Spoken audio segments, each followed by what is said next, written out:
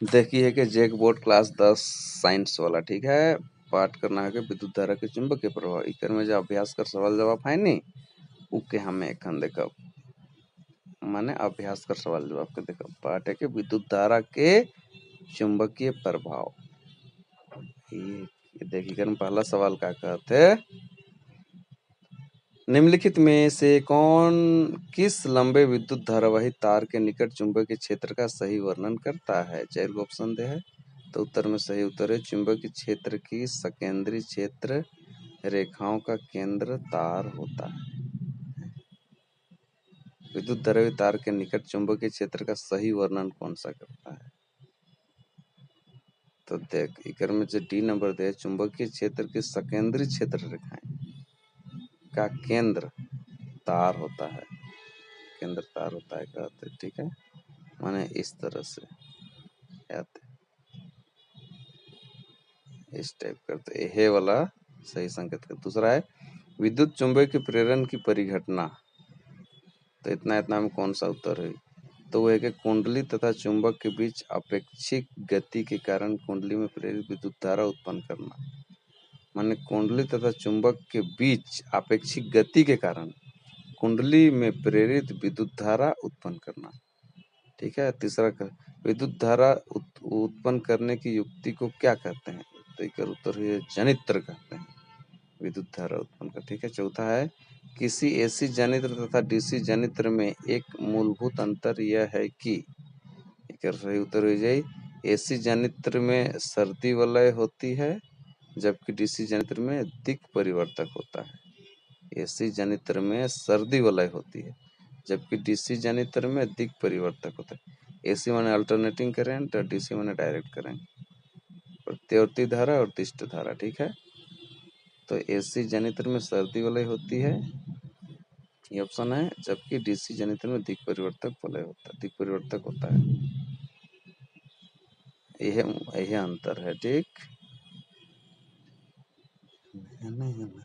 पांचवा है लघु पथन के समय परिपथ विद्युत धारा का मान क्या होता है। तो छठवां निम्नलिखित प्रकरणों में कौन सही तथा कौन गलत है इस प्रकरण के सामने अंकित करना है। विद्युत मोटर यांत्रिक ऊर्जा में विद्युत ऊर्जा में निरूपित करता है ये गलत है। विद्युत जनित्र विद्युत चुंबकीय प्रेरण के सिद्धांत पर कार्य करता है ये सही है। किसी लंबी वृत्ताकार विद्युत धारावाही कुंडली के केंद्र पर चुंबकीय क्षेत्र समांतर सीधी रेखाएं होती है ये सही है। हरे विद्युत रोधन वाला तार प्रायः विद्युन्मयन तार होता है ये गलत है। चुंबकीय क्षेत्र के 3 स्रोतों की सूची बनाएं। अस्थायी चुंबक विद्युत चुंबक और पृथ्वी का चुंबकीय क्षेत्र। ये है कि चुंबकीय क्षेत्र के 3 स्रोत ठीक है। एक अस्थायी चुंबक परिनालिका चुंबक की भांति कैसे व्यवहार करती है। ये क्या आप किसी छड़ चुंबक की सहायता से किसी विद्युत धारावाही परिनालिका के उत्तर ध्रुव तथा दक्षिण ध्रुव का निर्धारण कर सकते हैं। तो परिनालिका चुंबक की भांति व्यवहार करती है। जब परिनालिका द्वारा विद्युत धारा प्रवाह की जाती है ना तो इसके भीतर चुंबकीय क्षेत्र रेखाओं की दिशा समान हो जाती है और एक सिरा उत्तर ध्रुव और दूसरा सिरा दक्षिण ध्रुव की तरफ व्यवहार करता है। किसी छड़ चुंबक की सहायता से विद्युत धारावाही प्रणालिका में दोनों ध्रुव का निर्धारण किया जा सकता है। यदि छड़ चुंबक का उत्तर ध्रुव प्रणालिका के एक सिरे की तरफ आकर्षित होता है तो वह सिरा प्रणालिका का दक्षिण ध्रुव है और यदि उसके बीच प्रतिकर्षण होता है तो वह सिरा प्रणालिका का उत्तर ध्रुव है।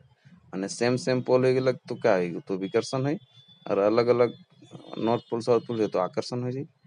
तो उत्तर ध्रुव दक्षिण ध्रुव कर अपने पता चल जाए। अगर विकर्षित होते तो अलग अलग है और आकर्षित होते तो अलग अलग है और विकर्षित होते तो सेम है ठीक है। पहला तो परिनालिका चुंबक की भांति कैसे व्यवहार करती है। परिनालिका द्वारा विद्युत धारा प्रवाहित करते हैं तो चुंबकीय क्षेत्र की दिशा चुंबकीय क्षेत्र रेखाओं की दिशा समान हो जाती है ठीक है। एक सिरा उत्तर एक सिरा दक्षिण बन जाता है। समझ में आई लो। किसी छड़ चुंबक की सहायता से अगर उसको जानना चाहोगे तो ले जाओ उसका एक छोर को तो अगर वहां पर आकर्षित हो रहा है तो अलग अलग ध्रुव है और विकर्षित हो रहा है तो सेम है।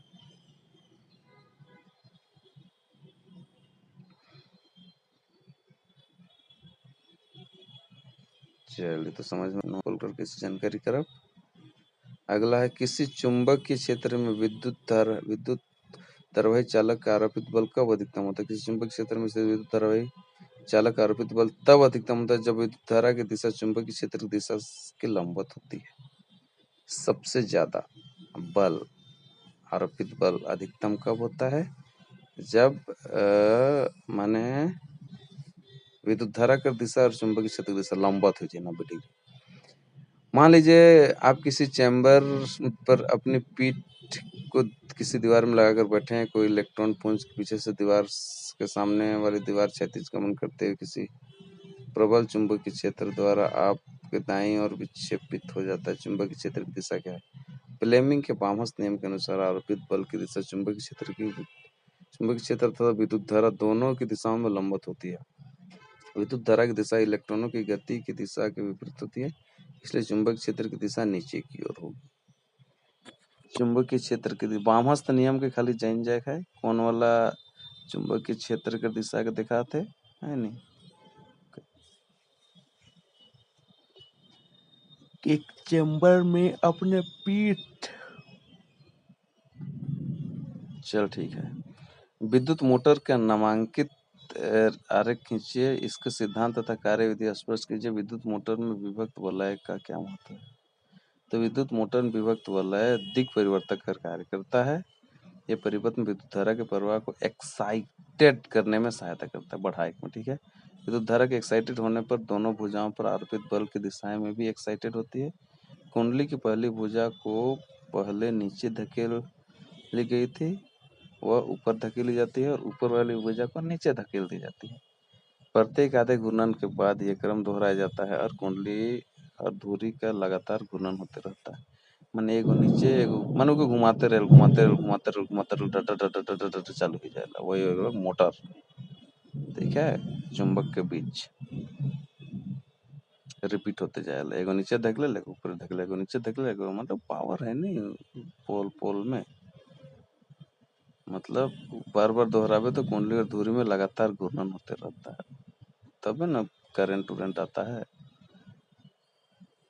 जनरेटर सब बुझाए नहीं इसने। माने विद्युत मोटर में विभक्त वलय जो होता है ना, दिक् परिवर्तक का कार्य करता है, ठीक है। अब देखो कुछ ऐसी युक्तियों के नाम लिखिए जिनमें विद्युत मोटर उपयोग किए जाते हैं। जैसे विद्युत मोटर उपयोग किसमें? फ्रिज, रेफ्रिजरेटर, विद्युत पंखा, वॉशिंग मशीन, विद्युत ब्लेंड्स, कंप्यूटर, MP3 सब में लिया, ठीक। कोई विद्युत रोधी तांबे के तार की कुंडली किस गैल्वेनोमीटर से संयोजित है? क्या होगा यदि कोई क्षण चुंबक कुंडली में धकेला जाता है, कुंडली के भीतर से बाहर खींचा जाता है, कुंडली के भीतर स्थित रखा जाता है? पहला देख, कुंडली में धकेला जाता है, जैसे ही क्षण चुंबक कुंडली में धकेला जाता है वह वैसे ही गैल्वेनोमीटर की सुई यानी ट्रांजिशन डिस्ट्रैक्शन हो जाता है। ये कुंडली में विद्युत धारा उपस्थित की दिशा देता है, ठीक है। जब चुंबक को कुंडली के भीतर से बाहर खींचा जाता है तो सुई में क्षणिक विक्षेप होता है, पर विपरीत दिशा में होता है। ऐसा बात है। जैसे ही क्षण चुंबक कुंडली में धकेल दो तो वैसे ही गैल्वेनोमीटर की सुई में ट्रांसिएंट डिस्ट्रैक्शन होता है, कहता है कुंडली की विद्युत धारा की उपस्थिति का संकेत दिखाता है, ठीक है। जैसे भीतर डालबे ना अपन दिखाई शुरू करी डिस्ट्रैक्शन, और एगो है कि जैसे उको बाहर निकला देवे तो दूसरा वस्तु अलग दिशा में होई छै, विपरीत दिशा में विक्षेप हुई। यदि चुंबक कुंडली के भीतर स्थित रखा जाता है तो कुंडली में कोई विद्युत धारा उत्पन्न नहीं होती, यानी डिफ्लेक्शन शून्य हो जाता है। चुंबक अगर भीतर रख देवे नहीं और कोई विद्युत धारा उत्पन्न नहीं है, समझ ले।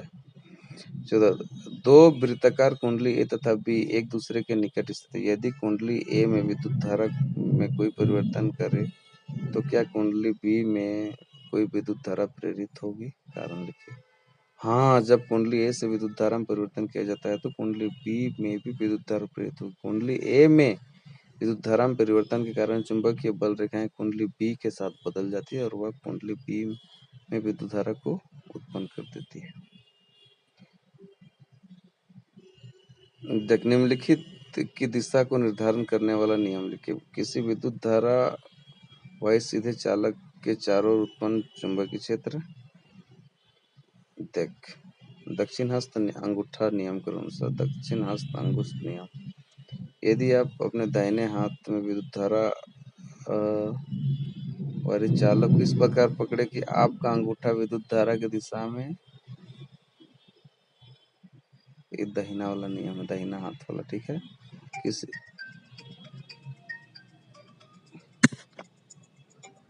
अपने वामहस्त अंगूठा नियम के अनुसार फ्लेमिंग का वामहस्त नियम, तर्जनी के मध्यमा अंगुली को इस प्रकार फैला कि परस्पर समकोण बनाए। तर्जनी चुंबकीय क्षेत्र को दिखाएगी, मध्य अंगुली धारा की प्रवाह की दिशा को दिखाएगी। अच्छा, ये लोग देख रही है हमें। किसी चुंबकीय क्षेत्र में कुंडली के घूर्णन करने पर उस कुंडली में उत्पन्न प्लेनिंग के दक्षिण हस्त नियम के अनुसार अपने दाहिने हाथ की तर्जनी मध्यम तथा अंगूठे को इस प्रकार फैलाए कि तीनों एक दूसरे के परस्पर लंबवत हो।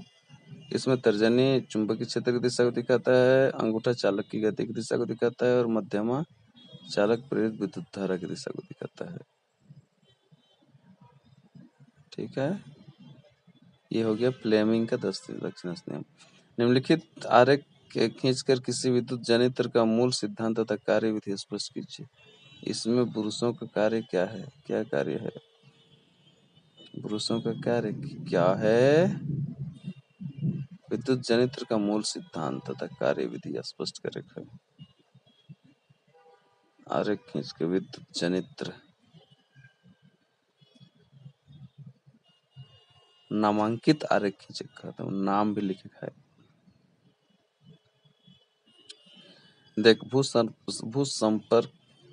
भू-संपर्क तार का क्या अर्थ है? धातु के आवरण वाले विद्युत संयंत्रों को संपर्कित करना क्यों आवश्यक है रे? देखो, भू संपर्क तार हरे रंग के विद्युत रोधी आवरण से ढकी होने वाली ये सुरक्षा तार होता है, ठीक है,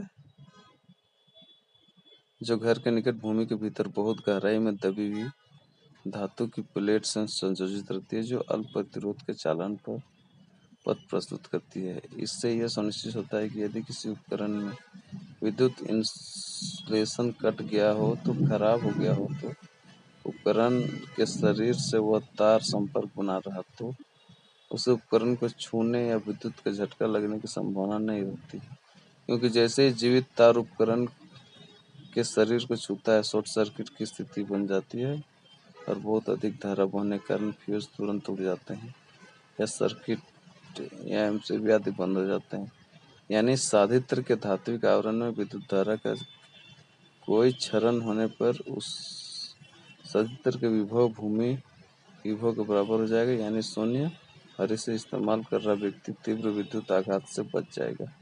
माने बिजली के झटका से बाँचे के लिए उसन करे ना, ठीक है। भूसंपर्क तार का यही कार्य है। माने जमीन में एगो तार के लगाए न, देखो तो पोल फुटा कर साइड में लागल रहेला, तो धातु के आवरण वाले विद्युत संयंत्र संपर्कित होता है, ठीक है। झटका नहीं मारे लुकर से इस्तेमाल कर रहा व्यक्ति तीव्र विद्युत आघात से बच जाएगा, कहता है।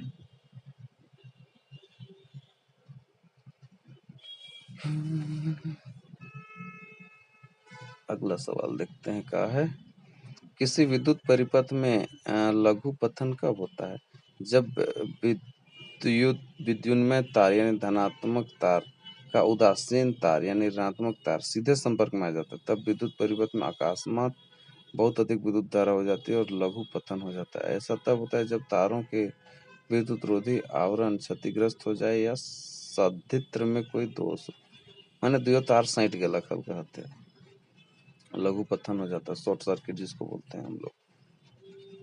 आग लग जाला पड़ाक से न दिखसला, उके कहते लघु पतन। माने धनात्मक तार ऋणात्मक तार से संपर्क में हट जाएला। चल पट तो सिराय की लक, आराम से आप पेड़ के याद कर के पॉज कर के देखते के ले बनी।